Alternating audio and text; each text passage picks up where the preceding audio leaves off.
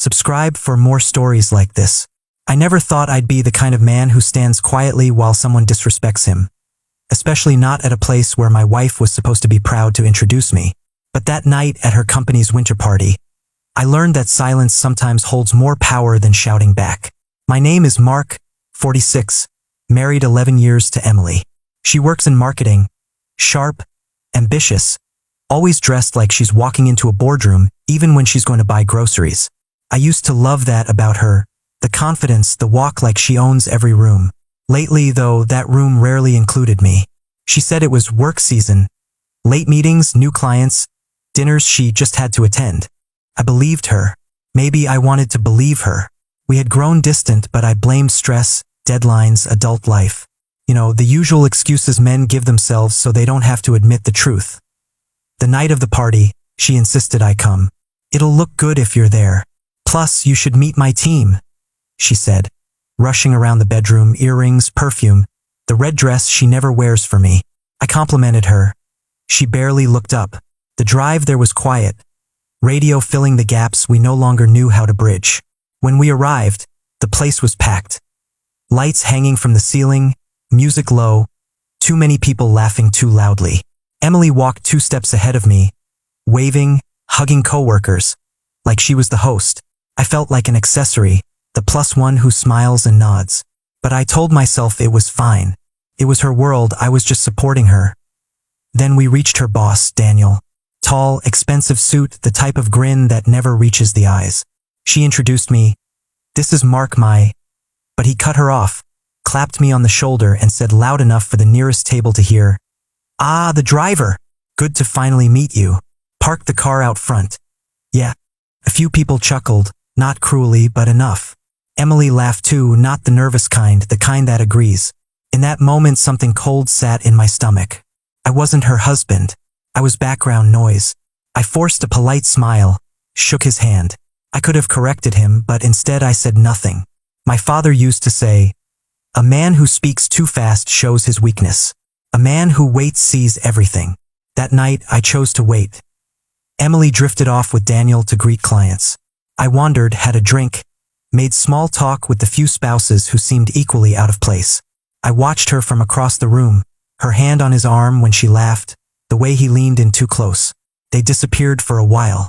Probably work talk, I told myself. But there's a part of you that knows when your marriage has cracks. You don't need proof. Your body just feels it. Later, when she returned, lipstick slightly smudged, breath smelling like wine and mint, she acted like everything was normal. On the way home, she was chatty, overly sweet, asking if I had fun. I lied and said yes. She held my hand on the steering wheel, like she remembered to be my wife again. Maybe she thought the night was buried already.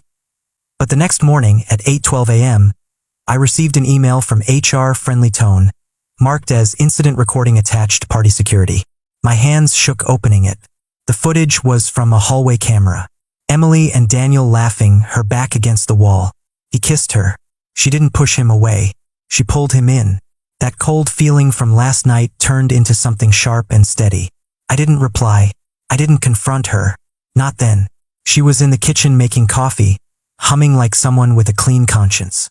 I saved the file, closed my laptop quietly, sat beside her, asked how she slept. She smiled, said she dreamed about a vacation we should plan. And I nodded, pretending I didn't know everything that I spent the rest of the day thinking. I didn't yell, didn't throw anything, didn't storm out. That would give her drama to hide behind. No, if she chose to humiliate me, I would let the truth speak without a single raised voice. HR sent me the tape. They must have known something wasn't right. Maybe they were protecting themselves. Maybe someone saw. Doesn't matter. What matters is the moment when she looks into a mirror and sees what she became. I wanted that moment to be real, to hit her where silence hits hardest, at the breakfast table, where ordinary mornings pretend to be peaceful, where trust usually lives. The next morning I acted like any other Sunday husband. I made eggs the way she likes, soft centers, avocado on the side, coffee with 1 sugar, oat milk. The routine felt strange knowing what I knew, watching her scroll through her phone with that absent smile, texting someone she thought I didn't notice. I wondered if it was him, Daniel. The way she typed, paused, smirked. It was the same look she once gave me when we were younger, when love hadn't thinned out like cheap paint under too much sunlight. I set the plates down, sat across from her, and for a minute I just watched her. 11 years of shared life, vacations, movie nights, arguments, makeup, sex, birthdays, Christmases, funerals, hospital rooms, inside jokes that now tasted bitter. She ate without looking up. I thought about how far two people can drift and still call it marriage. I could have asked her outright. I could have slammed my fist on the table, demanded answers. But men like me learn over time. Truth handled calmly burns deeper than any rage. I wanted her to feel the weight of silence first. Let her talk herself into a story. She eventually glanced up and said, "You seem quiet. Everything okay?" I smiled and said I was just tired. She accepted that too easily.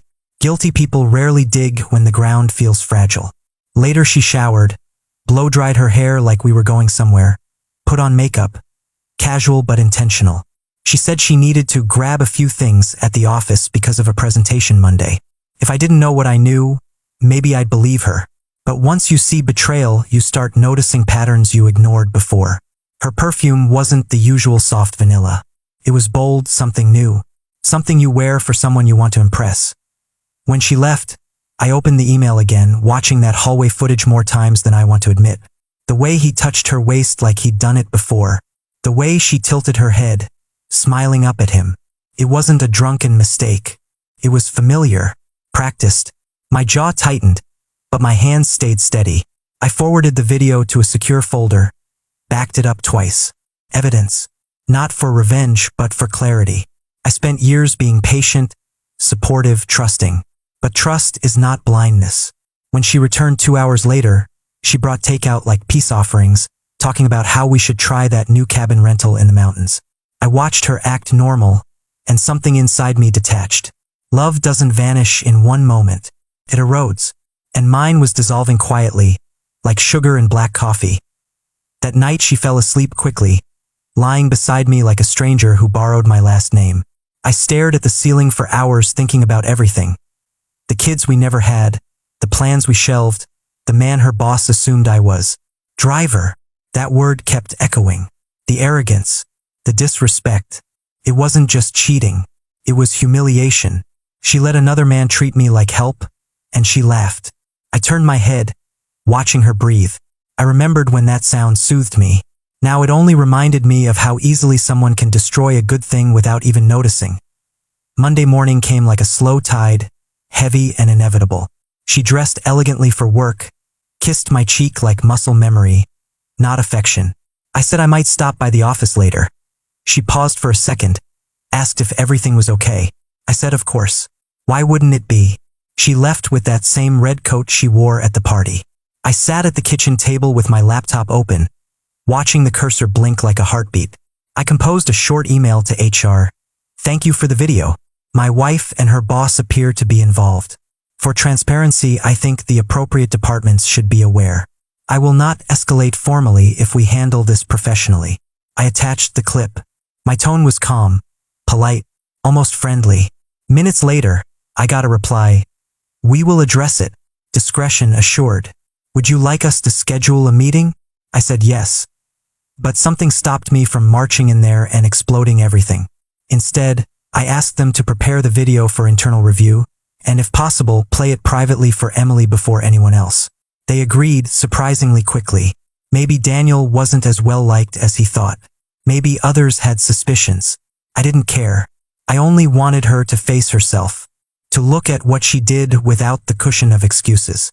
When Emily came home that evening, she seemed off, distant in a different way. She said HR asked to see her in the morning. Her voice trembled slightly. She asked if I knew why. I sipped my tea and said maybe it's about the party. She nodded slowly, eyes searching my face for a clue.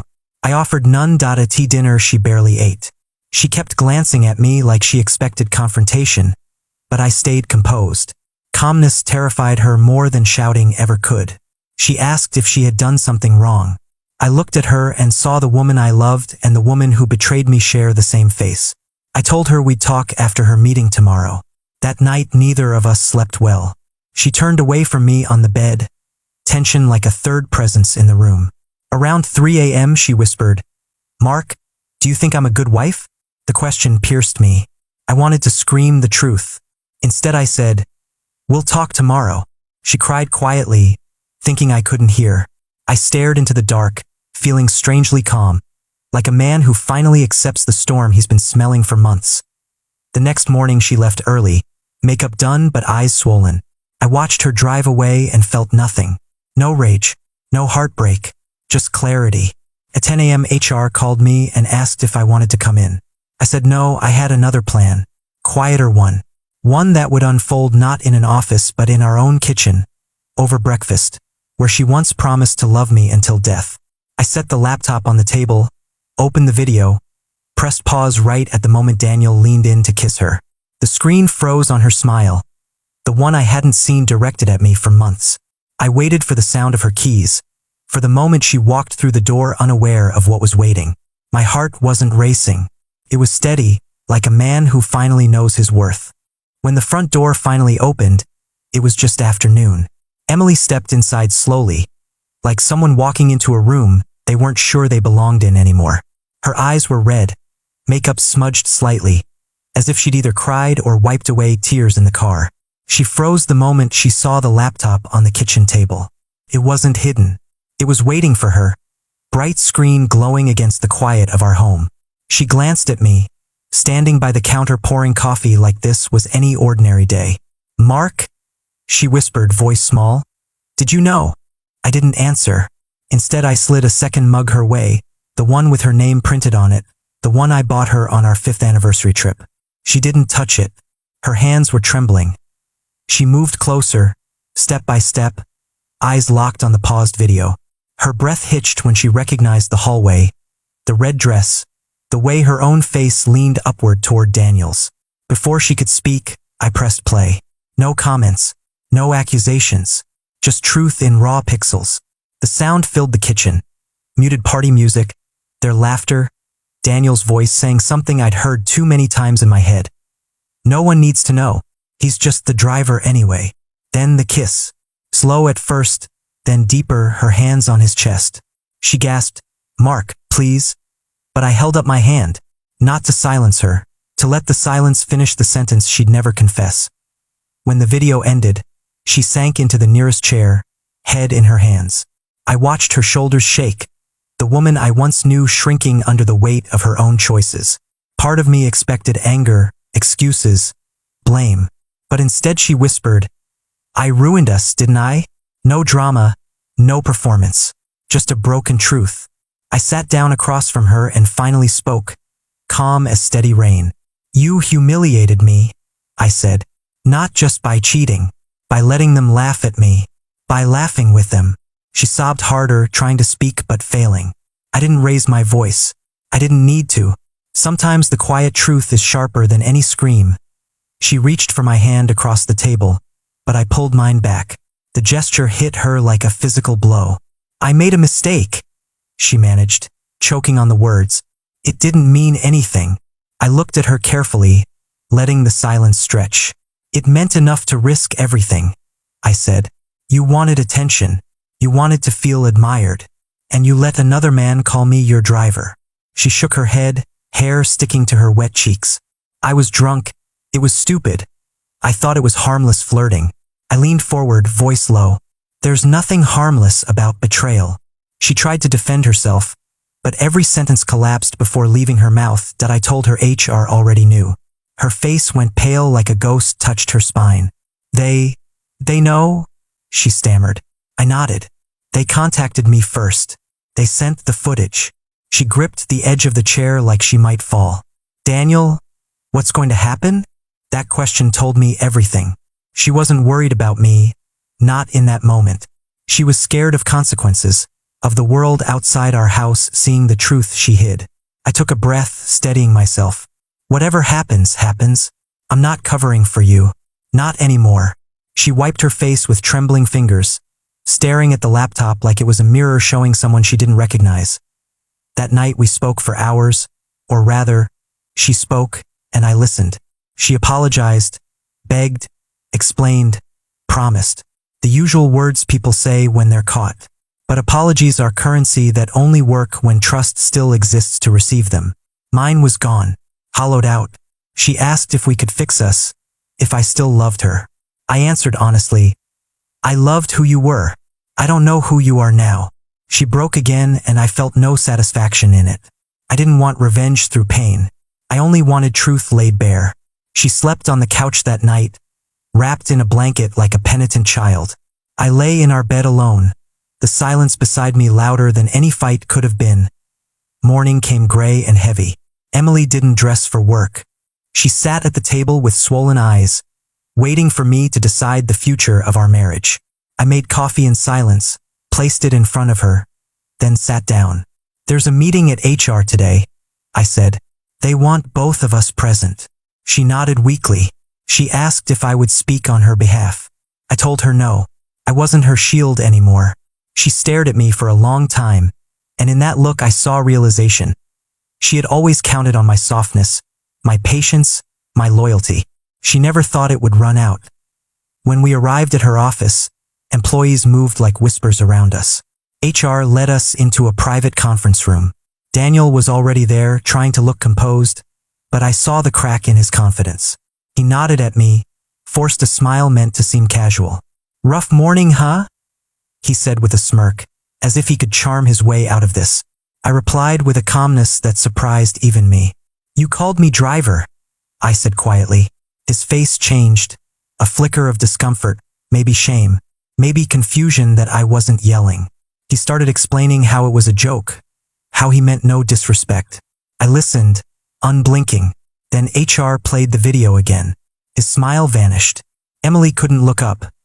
They asked if I wanted to file a formal complaint, if I wanted him dismissed, if I wanted her sanctioned. I could have destroyed them both in that room. One sentence from me could have ended careers. But power isn't always using the sword. Sometimes it's knowing you hold it. I closed the laptop and said, I don't need revenge. I just needed truth. And I left. Walked out without slamming doors or looking back. Emily called after me, voice breaking, but I kept walking. Calm, steady, free in a way I hadn't felt in years. That I drove home alone. Windows down, cold air stinging my face like baptism. Freedom doesn't always roar. Sometimes it whispers. I made myself lunch, sat in quiet, and finally let myself feel everything. Grief, betrayal, relief. The strange peace of letting go. I didn't know if I would divorce her yet, but I knew this. Life would not return to what it was. Trust once shattered becomes glass dust, impossible to reassemble. 2 days passed before Emily came home from work with her things boxed in her car trunk. She stood in the doorway like a woman who had returned to a house she no longer recognized. Eyes fragile, hands shaking slightly. She told me HR put her on leave pending review. Daniel stepped down voluntarily. Though we both knew what that meant. She tried to smile like she hoped we could pretend this was just a rough chapter. But I saw the truth in her posture. Guilt, fear, and a small, flickering hope that I might take her back into the version of life she remembered. I let her inside. Not because she deserved comfort, but because I needed closure. The kind that's spoken, not screamed out. We sat at the kitchen table again. The same place the video played, the same place our marriage cracked open. She reached for my hand, slower this time, like approaching a frightened animal. I didn't pull away, but I didn't hold back either. She said she'd been thinking about everything for the last 48 hours, that she realized how far she strayed from who she was. She talked about ambition, admiration, how Daniel made her feel seen in ways she hadn't felt here recently. It hurt to hear, but honesty, even painful, felt cleaner than lies. I asked her directly, why didn't you come to me? Tears broke again. She said she thought I was tired of her, that I became distant, predictable, safe, the kind of man she counted on without appreciating. I didn't interrupt. Let her unload the weight she carried. When she finished, I spoke quietly. Being safe doesn't mean being invisible. Being steady doesn't make me weak. I was your husband, not your driver. She cried hard at that, covering her face. I let the silence fill the room like a verdict she could feel in her bones. I told her forgiveness was possible, but trust was gone. It would take time, effort, and real change, not just words spoken from guilt. She looked at me with that desperation only someone who fears losing love understands. She asked if there was a chance for us. A small one, maybe, but a chance. I said I needed space first. Real space. She could stay with her sister for a while. She didn't argue. She nodded, accepting the distance she created with her own hands. Before she left, she placed her wedding ring on the table, gently, like laying down a burden.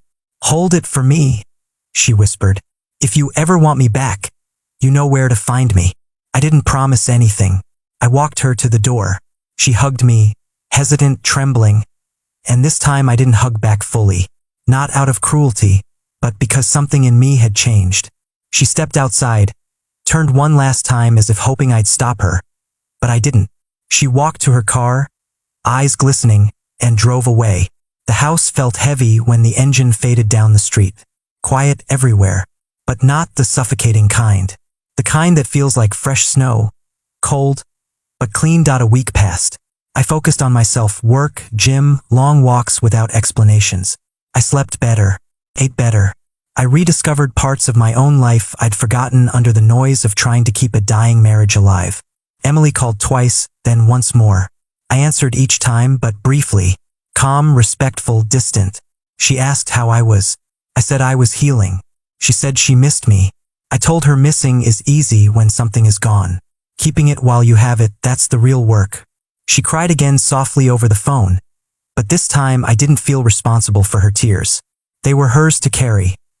Eventually she came by to talk, not to beg, but to listen. She asked what I needed if we ever had a future together. I said transparency, therapy, commitment, like vows weren't just words spoken under celebration lights. She nodded, agreed, offered counseling, anything. I told her time would show whether this was remorse or regret. There's a difference. Regret is sadness for consequences. Remorse is sadness for the act itself. I needed the latter. Months went by, slow and honest. We met weekly for counseling, talked long walks in public places where memories didn't cling to walls. We rebuilt connection in fragments, not forced, not rushed. Some days she was distant, others she was warm. Healing isn't a straight line. It's broken glass mended with gold. Beautiful only if you accept the cracks. Sometimes I looked at her and saw the woman who betrayed me. Other times I saw the woman I married, flawed, human, trying.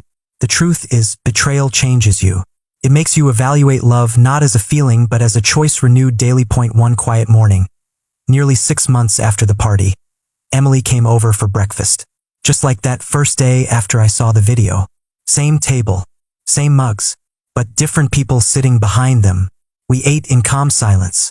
She reached into her purse and placed the ring gently in front of me.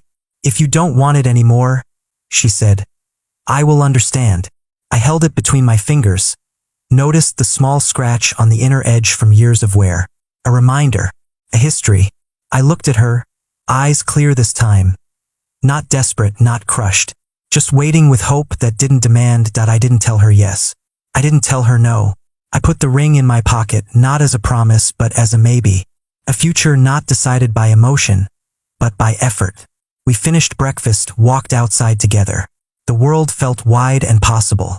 Whether we rebuilt our marriage or parted as wiser versions of ourselves, I still don't know. But I know this. I will never again allow someone to shrink me into silence.